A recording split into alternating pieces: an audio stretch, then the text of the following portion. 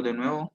Vamos a dar inicio a esta interesante discusión sobre la revolución salvadoreña. Mi nombre es Fabricio Varela de Honduras y el compañero Juan de la Cruz del Bloque Popular Juvenil será quien nos hablará sobre esta eventualidad que tiene mucha importancia para nosotros los marxistas y para nosotros los revolucionarios. Decirles a los nuevos que estas discusiones son una iniciativa del Bloque Popular Juvenil y de la izquierda marxista aquí en Honduras y de la CMI en Guatemala. Las tres organizaciones son parte de la corriente marxista internacional y estamos impulsando una lucha por el socialismo en todo el mundo. Somos organizaciones militantes y de entrada les digo que están todos invitados a militar en nuestras organizaciones para poder combatir efectivamente al capitalismo. Antes de darle la palabra al compañero, también me gustaría invitarlos a la siguiente y última discusión que vamos a tener el viernes y será sobre la Revolución Mundial. Entonces, me gustaría invitarlos para que puedan participar. También decirles que vamos a tener una escuela online que se va a llevar a cabo el 25 de julio, va a durar 4 días, va a finalizar el 28 y van a ser 4 días de formación marxista. Esta escuela es una escuela mundial que organizó la CMI y la inscripción es gratis. Ya hasta el momento ya tenemos a más de 3,000 compañeros inscritos y nos gustaría que ustedes pudieran también asistir a esta escuela online. Dicho esto, compañeros, el compañero Juan de la Cruz va a tener 40 minutos para desarrollar el tema y luego vamos a tener un espacio para preguntas y para respuestas. Así que te queda la palabra, compañero Juan. Bueno, gracias por la palabra. Bueno, yo creo que el proceso de la revolución salvadoreña está muy, creo que sí tengo, está muy vinculado a todo el proceso, a los procesos que hemos estado viendo, de Guatemala sobre todo, también Nicaragua. Aunque no hemos discutido un apartado especial acerca de la situación revolucionaria de los años 40, 70 en Honduras, pero también claro que está vinculado. De hecho, no se puede tener un análisis o no se puede desarrollar un análisis acerca de estos procesos de cada uno de los países sin tocar algunas cuestiones principales de los demás países de la región centroamericana, ¿no? Ya sea Honduras, Guatemala, Nicaragua e incluso Panamá, ¿no? Y a veces también Costa Rica. Aunque en Costa Rica pues un poco menos pronunciado los procesos de la lucha de clases, ¿no? Y bueno, el proceso que vamos a analizar ahora más o menos está constituido desde el año de 1979 hasta el año de 1989. Son prácticamente 10 años de lucha encarnizada, de lucha de clases, ¿no? Donde hubo una serie de situaciones complicadas para la clase trabajadora y donde se demostraron una serie de métodos para llevar a cabo la lucha revolucionaria, ¿no? Bueno, hay que decir que El Salvador pues tiene una serie de, digamos, una tradición muy grande revolucionaria y que al igual que todos los países centroamericanos y latinoamericanos, están bueno, han atravesado este proceso de la, digamos, de la instauración del capitalismo de una forma particular y no como los procesos que se desarrollaron en los demás países que ahora son capitalistas desarrollados, ¿no? ¿De qué estamos hablando en esta cuestión, ¿no? De que, por ejemplo, en estos países desarrollados, ¿no? Como los conocemos, Estados Unidos, Francia, las burguesías de cada uno de ellos, pues se pusieron al frente de la lucha. Precisamente hoy se están cumpliendo un par de años de la Revolución Francesa, ¿no? No tengo ahorita el número exacto, pero bueno, es el aniversario de la Revolución Francesa. Y en estos países lo que pasó fue que estas burguesías nacionales, o sea, los capitalistas o los empresarios, los banqueros, los comerciantes se pusieron al frente de sus revoluciones, ¿no? Acabando con todo el viejo modo de producción, con todo el sistema anterior que estaba representado por los reyes, ¿no? y de esa manera instauraron el capitalismo, lo que significó en su momento un avance progresista tremendo para la sociedad, ¿no? El desarrollo de la industria permitió el desarrollo también del proletariado y permitió tener mejores condiciones de vida, ¿no? Que eran muy diferentes a las que se tenían bajo el dominio de los reyes, ¿no? O sea, se acabó con todas las limitaciones que tenían, bueno, no, casi todas, ¿no? Las limitaciones que tenían los trabajadores en este sistema, ¿no? Y bueno, todo el periodo de desarrollo de las fuerzas productivas, pues es una cuestión progresista que reconocemos. Sin embargo, dentro de los países latinoamericanos estos procesos no se pudieron desarrollar y lo que vimos aquí fue el desarrollo desigual y combinado del capitalismo. ¿Qué significa esta situación?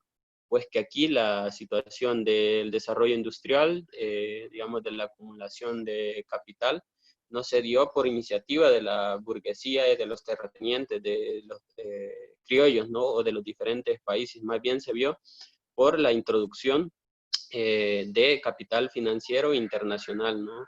Así, por ejemplo, en Guatemala se introduce lo que fue la cuestión del ferrocarril, el desarrollo de esta situación de la bananera, ¿no? En El Salvador también se introduce alrededor de 1900 el ferrocarril y se introduce también el café como un monocultivo que pondría a la región en un proceso de producción diferente al que había en el pasado, ¿no? Entonces, todas estas medidas que se desarrollaron, pues en sí representaron algún nivel de desarrollo para el país, pero a grandes costos para las clases dominadas, ¿no? Así, en 1890, alrededor de finales de los años de 1800, pues en El Salvador se da la expropiación de las tierras ejidales y comunales, lo que significó una alta concentración de las tierras por parte de la clase dominante y un despojo de la clase trabajadora, ¿no? De los campesinos como tal.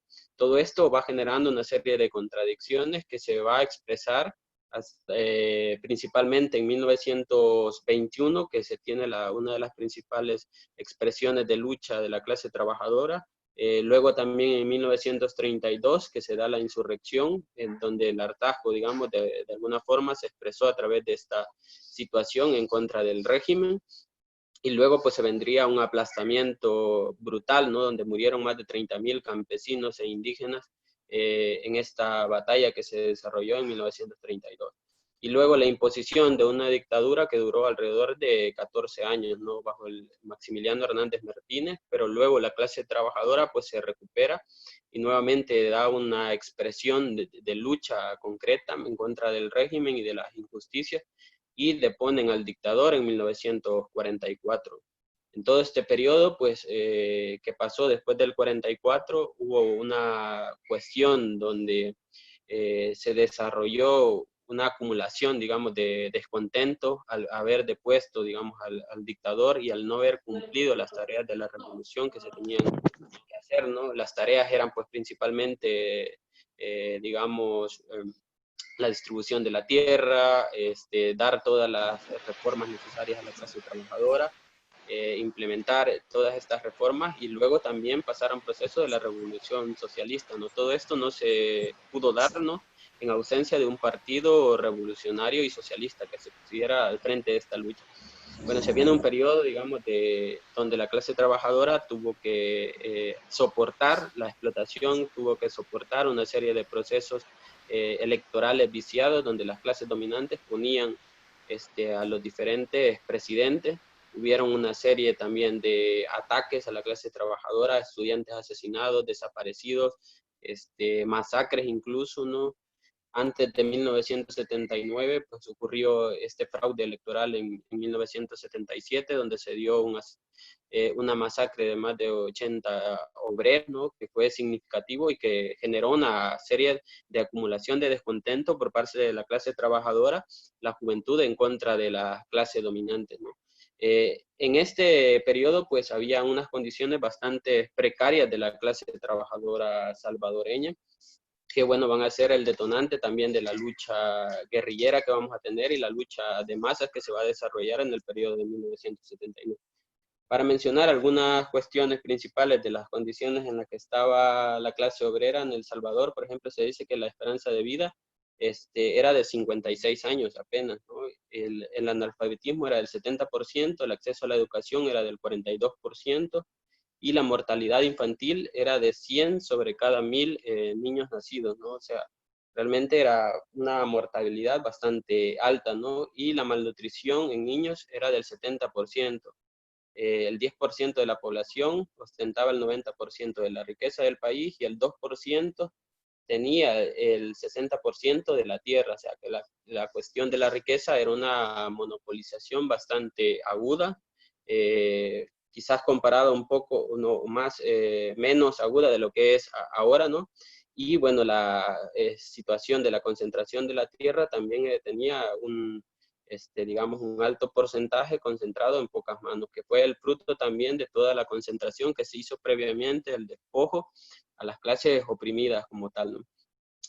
También había un 50% de desempleo y el 60% de la población ganaba menos de $100 al año, ¿no? O sea que habían unas condiciones de precariedad, de pobreza, combinado con una cuestión de represión, de falta de espacios democráticos para la clase trabajadora, de militarismo, porque todo este lapso, ¿no? Desde del 44 que se derroca al tirano, pero luego vienen otra serie de gobiernos militares, ¿no? Que eran principalmente, digamos, de alguna forma, utilizaban las elecciones, pero no era de una forma democrática. Al final eran los militares los que llegaban a los centros de votación y cambiaban las papeletas que la gente daba, digamos, a los candidatos opositores, y al final terminaban poniendo a los candidatos a favor de la burguesía.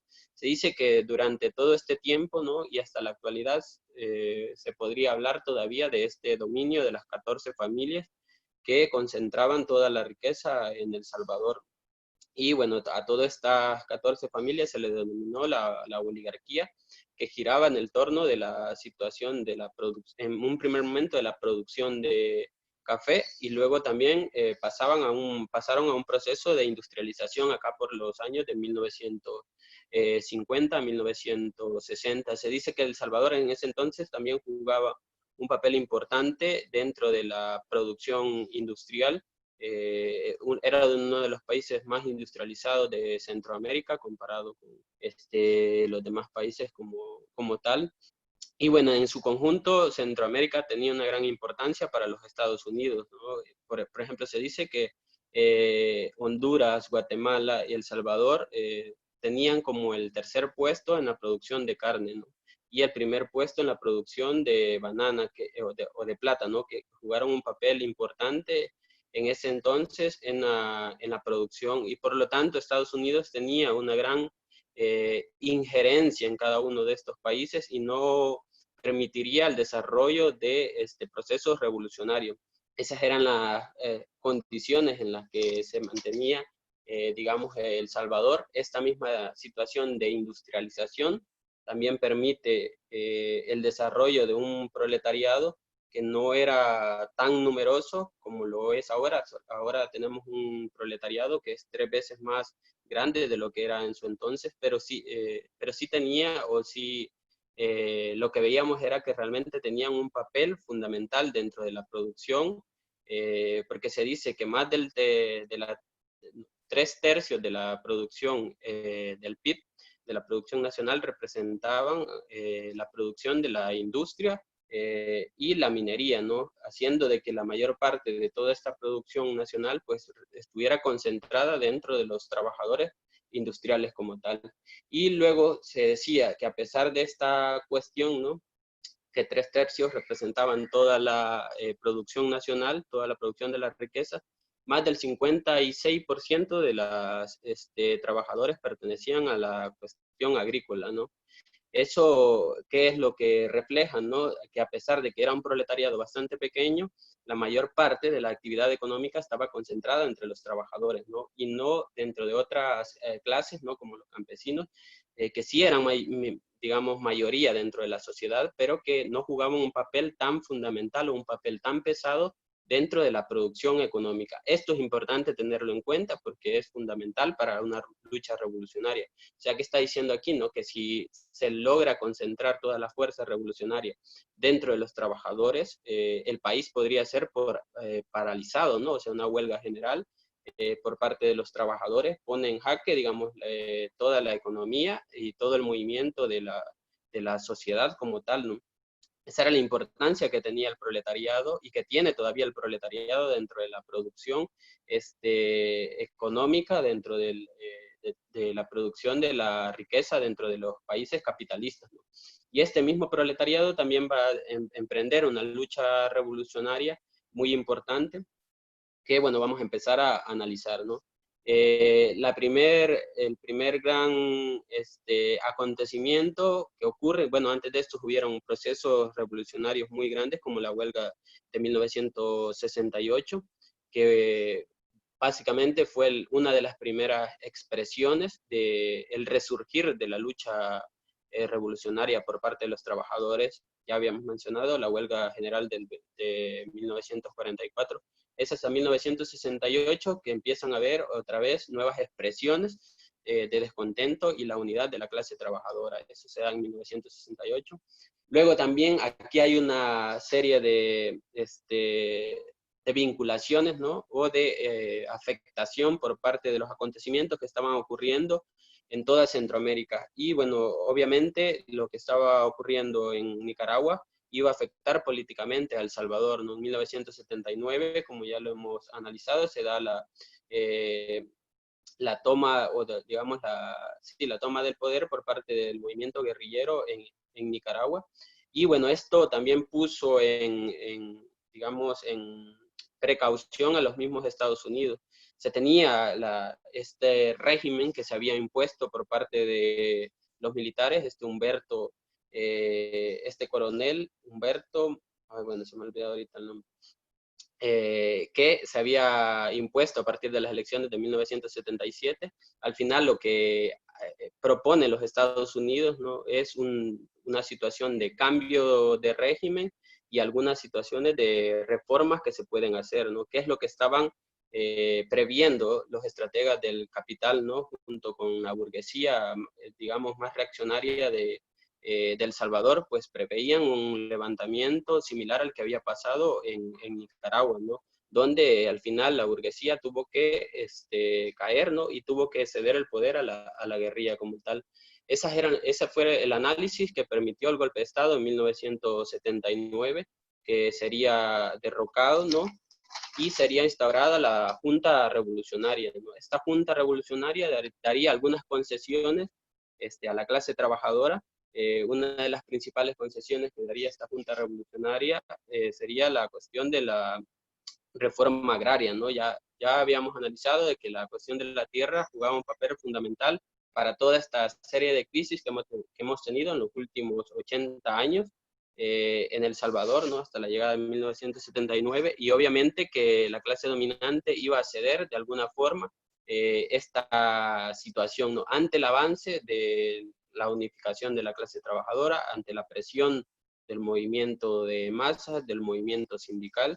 Sin embargo, hay una trampa durante todas estas reformas que se dan, ¿no? Porque se dice de que varias hectáreas de tierra son expropiadas, pero estas hectáreas de tierra son pagadas a gran costo, ¿no? O sea, con dinero del Estado lo que se hace es comprar esas tierras, pero ninguna de las tierras, eran más de 500 hectáreas las que se dieron en esta reforma agraria, pero ninguna de ellas representaba, digamos, como lo fuerte de la producción del café, ¿no?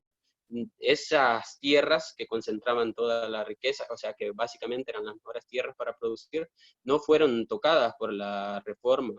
Y al final lo que se le dio a la clase trabajadora fue algo que compró el Estado con dinero de la clase trabajadora, y que fueron las peores tierras, y que básicamente después de esa situación tampoco encontraron la mejor forma de ponerlas a producir, porque hacía falta también créditos, hacían falta una serie de iniciativas, ¿no? Por lo tanto, esa reforma nada más fue una migaja que dejó caer la clase dominante para poder calmar de alguna forma las demandas de la clase trabajadora y los campesinos como tal.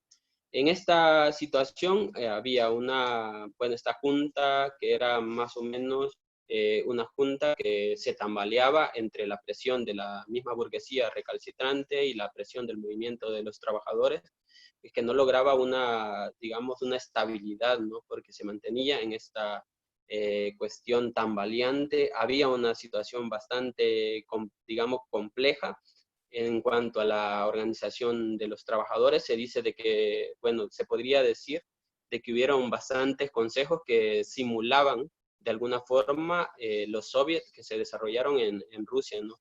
Esta cuestión de los soviets es bien interesante o es principal tenerla en cuenta, ¿no? Porque significa uno de los métodos de lucha de la clase trabajadora tradicional, ¿no? Que siempre surgen estos procesos, ¿no? Y bueno, estos consejos de la clase trabajadora suponen la administración de la producción por parte de los trabajadores o la administración de los diferentes recursos, ¿no? Lo que supone también una situación de doble poder, ¿no? O sea, prácticamente esta cuestión pone en jaque, digamos, la concentración de la riqueza y el manejo y la administración por parte de la burguesía de la riqueza y de los medios de producción, como la fábrica, la tierra, concentrada en sus manos, pone en jaque toda esta situación para concentrarla dentro de la clase trabajadora, ¿no? Y estos diferentes consejos, que son organizaciones de la clase trabajadora, pueden surgir dentro de la producción fabril, pero también pueden surgir dentro de las diferentes comunidades para poder, digamos, ofrecer resistencia al ataque del régimen, ¿no? A través de la lucha, toda esta represión que se estaba dando, pues también se pueden expresar a través de estos consejos la defensa del pueblo, la defensa de la lucha y el armamento mismo del pueblo, ¿no? Que esto también lo vamos a ir conociendo a partir de esta experiencia y que también lo hemos estado discutiendo en los anteriores debates, ¿no? ¿Qué pasó alrededor de toda esta situación o qué momentos importantes hubieron después de toda esta reforma?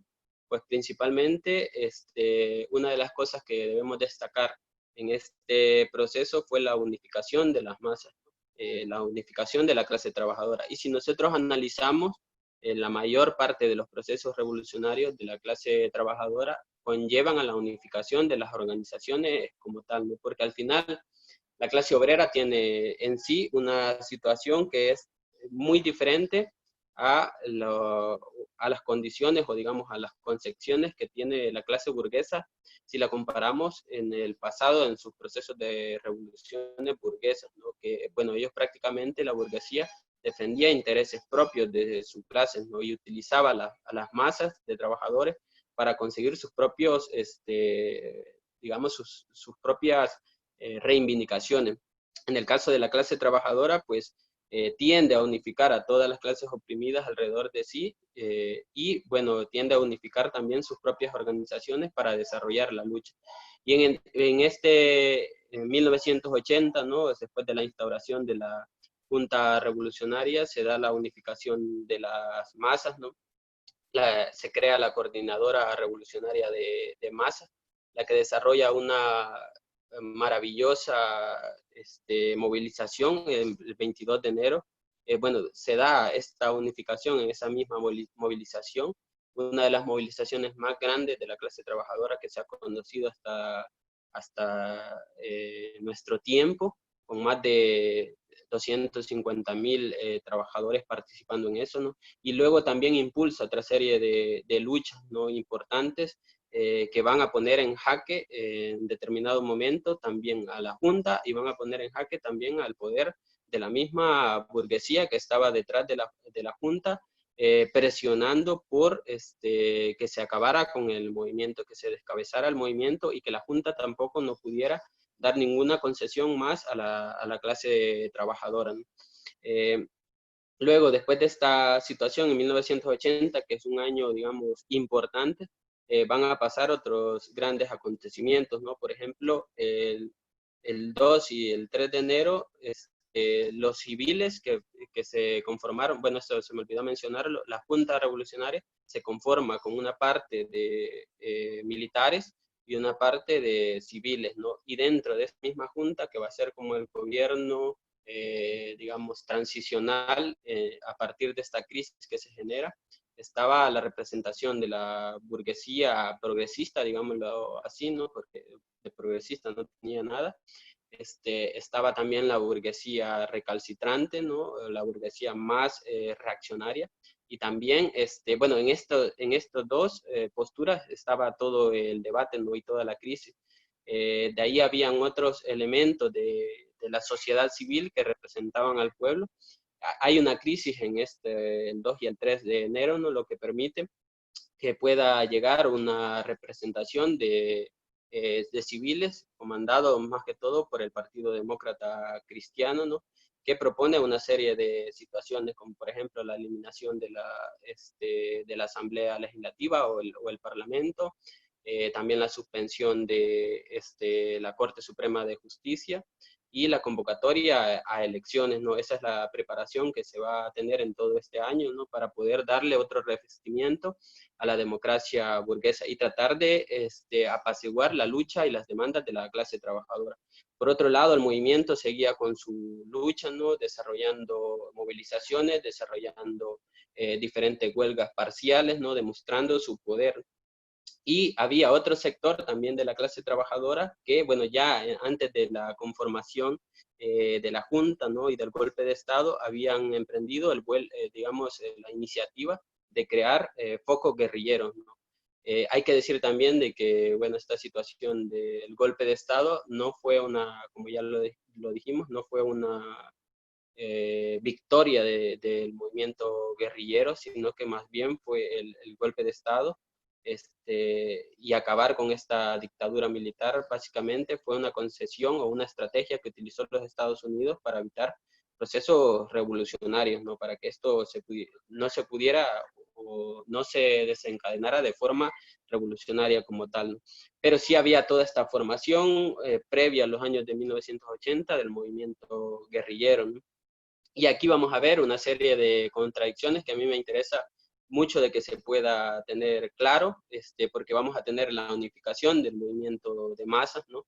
Estas organizaciones que se unificaron el 22 de enero, pues prácticamente eran organizaciones de sindicatos, eran organizaciones de campesinos, eran organizaciones de comunidades, eran organizaciones estudiantiles, que, bueno, tenían a los mejores cuadros, ¿no? Era gente que estaba dispuesta a dar todo por el proceso revolucionario. Y este mismo movimiento tenía un programa que era altamente revolucionario, ¿no? Y que también quisiera que se pudiera hacer una comparación, porque luego hay un cambio del programa. El primer programa que tienen, ¿no? Que esto es muy importante para los revolucionarios, el primer programa que plantea este movimiento dice que, bueno, aunque habían algunas confusiones, decía de que se iba a luchar por un Estado popular, y que este Estado popular tenía que tener un gobierno revolucionario democrático basado en la nacionalización de los medios de producción, o sea, basado en la nacionalización de la tierra, la banca y la industria, ¿no? Eso significaba, pues,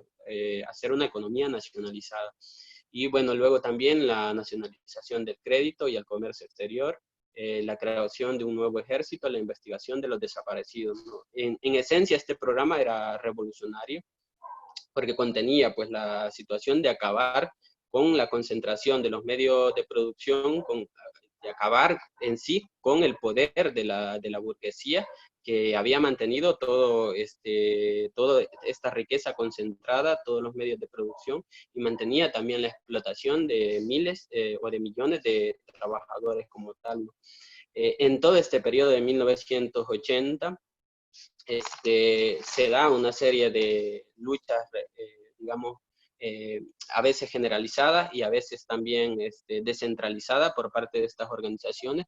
En abril también ocurre, bueno, en marzo, que es otra cosa que surge como un detonante del descontento de la clase trabajadora, el 24 de marzo es asesinado Monseñor Romero, por parte del ejército salvadoreño. Monseñor Romero fue una figura bastante, digamos, representativa en esta lucha, porque era digamos, un arzobispo que se comprometió con la lucha de los trabajadores y campesinos, que defendía, digamos, los intereses de la clase trabajadora, que no compartió tampoco la lucha guerrillera, pero que sí era claro en cuanto a la cuestión de la necesidad de hacer la lucha, digamos, para liberarse, ¿no? De toda esta explotación, de toda concentración de capital que tenía la burguesía, y lanzó una serie de críticas en todas sus homilías, que son también digamos, una cuestión que tendríamos que estudiar, ¿no? Toda esta situación de las homilías de Monseñor Romero,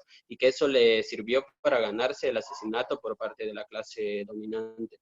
Esto causó una conmoción no solamente para los campesinos, para los trabajadores, sino que también para la pequeña burguesía, que incluso en este periodo se suma a la lucha de la clase trabajadora. Eso es algo que también define el carácter del periodo que atraviesa, digamos, la lucha revolucionaria, ¿no? Cuando ya es una mayoría absoluta del pueblo que se suma a la lucha, se puede decir de que estamos en un periodo concretamente revolucionario, ¿no? Y bueno, luego después de esa situación también se crea un frente democrático, que es el FDR, que va a ser la unificación también de ciertas organizaciones de la clase trabajadora, pero que va a tener un carácter más reformista, ¿no? E incluso hay una cuestión central aquí que hay que comprender, porque significó esta unificación, que fue después del asesinato de Monseñor Romero el 24 de marzo, significó una concesión a la burguesía, ¿no? En cuanto a la situación del programa. Ya hemos leído el programa anterior, ¿no? Que llevaba reivindicaciones bien claras acerca de la situación acerca de la situación. Gerson, ¿podés apagar tu micrófono? Bueno. Este programa llevaba digamos, una cuestión bien clara acerca de la expropiación de los medios de producción, lo que hubiese significado de alguna forma controlar toda esta riqueza para poder tener recursos para poder elevar los niveles de vida de la clase trabajadora. Luego, con la conformación de este movimiento de FDR que participaría dentro de las elecciones como una representación del pueblo, pero que al final significó unificar a la supuesta burguesía progresista con el movimiento de los trabajadores, y que al final esto conlleva un error, por eso es que lo criticamos, ¿no? Conlleva un error porque cuando se hace este tipo de unificación con elementos del empresariado, elementos de la banca, ¿no? Que se dicen democráticos, que se quieren alejar de la burguesía más reaccionaria, realmente llevan otras intenciones, ¿no? Lo que hacen es, al final, montándose sobre los procesos de la clase trabajadora, aplastando a la misma clase trabajadora, eliminando su programa de reivindicaciones y sustituyéndolo por su propio programa. Y ese programa que se instauró, ¿no? O que se empezó a defender después de esta unificación, sustituía lo que ya habíamos planteado por la cuestión de la paz, ¿no? Que es una cuestión bastante abstracta, ¿no? La soberanía nacional e independencia, una política exterior de no alienación, creación de un ejército basado en las fuerzas del FMLN y de oficiales honrados y soldados del actual ejército, representación democrática de todos los sectores populares, democráticos y revolucionarios, que contribuyan al derrocamiento de la dictadura militar, y apoyo a todos los hombres de negocios privados que colaboran y promueven el desarrollo económico del país y el programa del gobierno revolucionario. O sea, como que si realmente la cuestión de la clase, de ser empresario, de ser banquero, fuera una cuestión moral, ¿no? Cuando sabemos de que esta situación tiene que ver, bueno, tenemos una concepción de clase, ¿no? Un banquero, por muy bueno que sea, un empresario, por muy bueno que sea, no va a dejar de explotar a la clase trabajadora, no va a dejar de explotar a los campesinos, ¿no? Por lo tanto, los intereses de la clase trabajadora no se pueden mezclar con los elementos de la burguesía, ¿no? Aunque estos se digan que sean progresistas, ¿no? Esto fue uno de los principales errores que se cometió, ¿no? Se abandonó ese programa, y no solamente eso, sino que también durante todo este periodo de 1980, se tuvieron diferentes impulsos por parte de la clase trabajadora, utilizando la huelga general como un método de lucha. Hubo una huelga muy significativa del 24 al 25 de junio, ¿no? Que puso en jaque a toda la Junta, donde participó la mayoría de la población, ¿no? Se dice de que la mayoría de representantes de la clase trabajadora habían participado, desde los enfermeros, los trabajadores de los juzgados, los trabajadores de los ferrocarriles, básicamente todas las clases populares participaron dentro de esta huelga que se desarrolló el 24-25 de junio. Pero aquí vamos a ver otro de los errores que se cometió, porque la mayoría de dirigentes que estaban al frente de la lucha, ¿no?, ya habían tomado un rumbo, ¿no? Este rumbo no iba por la vía de utilizar al movimiento de la clase trabajadora como el principal propulsor de la lucha revolucionaria, como el Un principal minuto, compañero. ente de, sí, con eso voy a terminar, como el principal ente de cambio, la gente de cambio, la gente revolucionaria, sino que más bien lo que se había hecho era básicamente sustituir o dejar de lado la lucha de la clase trabajadora y utilizar la forma de la creación de grupos de guerrillas que conformaran un ejército de elementos de la clase trabajadora, de estudiantes honrados, ¿no?, o abnegados que pudieran luchar fuera de las fábricas, fuera de las ciudades, en el campo, y utilizando también al campesinado como un elemento central de la lucha revolucionaria. Este es básicamente un error que se cometió, ¿no?, y que se tiene, que hay una serie de, digamos, de reproducción de estos errores, ¿no?, y que tienen que ver mucho con la influencia que tuvo la Revolución Cubana en toda América Latina, ¿no? Nosotros como marxistas no estamos a favor del método de guerrilla, de guerra de guerrilla. Creemos de que ese método es básicamente incorrecto, porque al final lo que se hace es dejar a la clase trabajadora no como el centro de la lucha revolucionaria, sino como un auxiliar de la lucha guerrillera. Cuando lo que nosotros creemos es de que la clase trabajadora, a través de la huelga, a través de la organización, a través de la creación de consejos, tomando el control de la producción de los recursos de un país, y a través de la huelga, ¿no?, de la insurrección, puede desencadenar el proceso revolucionario y llevar a la toma del poder, ¿no? Básicamente la cuestión del poder reside en esta situación, y por tanto el método más eficaz para poder desarrollar la revolución socialista va a ser el método de la huelga, y de la huelga general, ¿no?, como tal.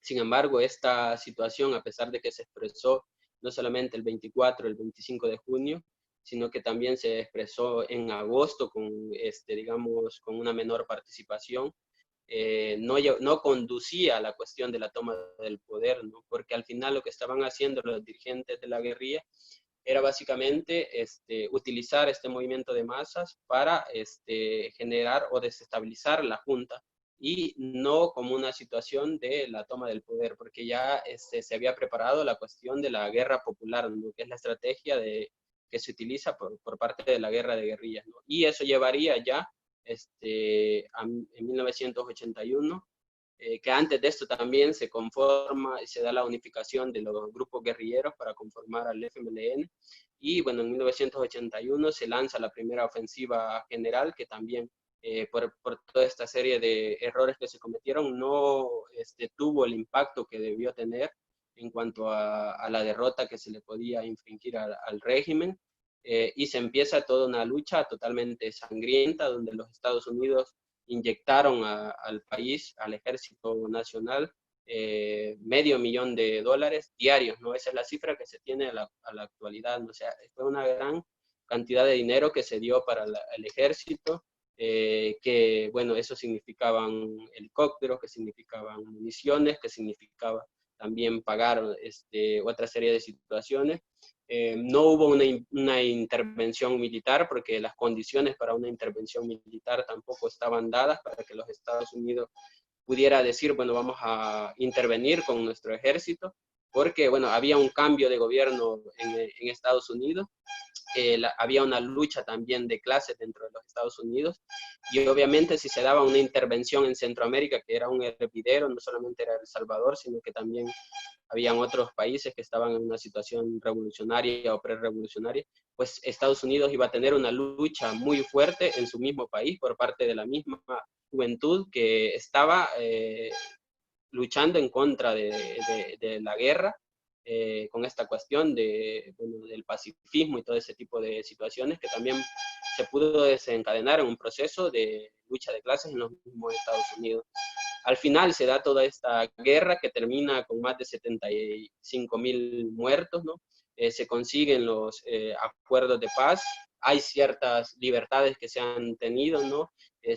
Hay más, bueno, ya no hay una represión abierta, no hay una dominación por parte de militares, sino que hay participación democrática, entre comillas, en El Salvador, pero las cuestiones fundamentales de la clase trabajadora no fueron resueltas a través de los acuerdos de paz, y el costo para tener estos acuerdos de paz también fue un costo bastante grande.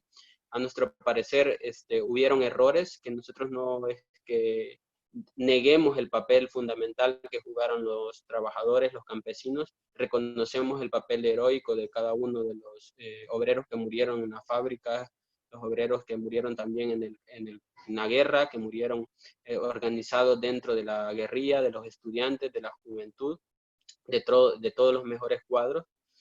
Reconocemos todo su trabajo abnegado, pero señalamos de que, bueno, el método de la guerrilla pues solamente trajo mucha sangre, ¿no?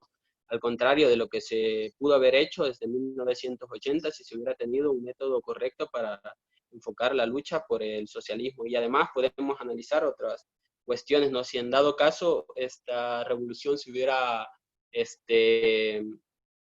triunfado en el país, hubiese significado no el control de la clase trabajadora sobre los medios de producción, sino que el sometimiento de un gobierno que se hubiera instaurado a partir de una organización militar, que básicamente las guerrillas son eso, unas organizaciones militares, que tienden a tener una cuestión que no se basa en la democracia de los trabajadores, sino que se basa en una democracia prácticamente burocratizada, ¿no? El dominio de los comandantes, de los generales, son los que al final deciden la situación del país y las cuestiones centrales de la democracia. Al contrario de lo que se puede hacer a partir del método de la clase trabajadora, a través de la huelga general, de la insurrección por parte de los trabajadores mismos, y la instauración de un gobierno revolucionario y socialista como lo ocurrió en Rusia de 1917. Yo creo que para entender la situación de Centroamérica, para entender las luchas que se han dado, no solamente en Centroamérica, sino que en toda Latinoamérica, tendríamos que estudiar concienzudamente el proceso revolucionario de Rusia, ¿no? Que ha sido el único país que ha podido instaurar un Estado de los trabajadores a través de la democracia de los mismos trabajadores y la gestión democrática de la economía, de los recursos de un país a través de este mismo Estado, ¿no? Habrán más cosas que se pueden discutir de la Revolución Rusa, su posterior degeneración y todo eso, pero bueno, esto es una realidad lo que pasó, ¿no? Luego de la Revolución Rusa, los primeros años que se desarrolló la revolución, pues significó la mayor participación de la clase trabajadora en las decisiones más fundamentales digamos, de su vida y de la sociedad. Y eso es lo que realmente busca el socialismo, es esa situación, ¿no? O sea, la participación de los trabajadores y los oprimidos en las decisiones más importantes de la sociedad. Bueno, me quedaría allí con la introducción y bueno, vamos al espacio de preguntas.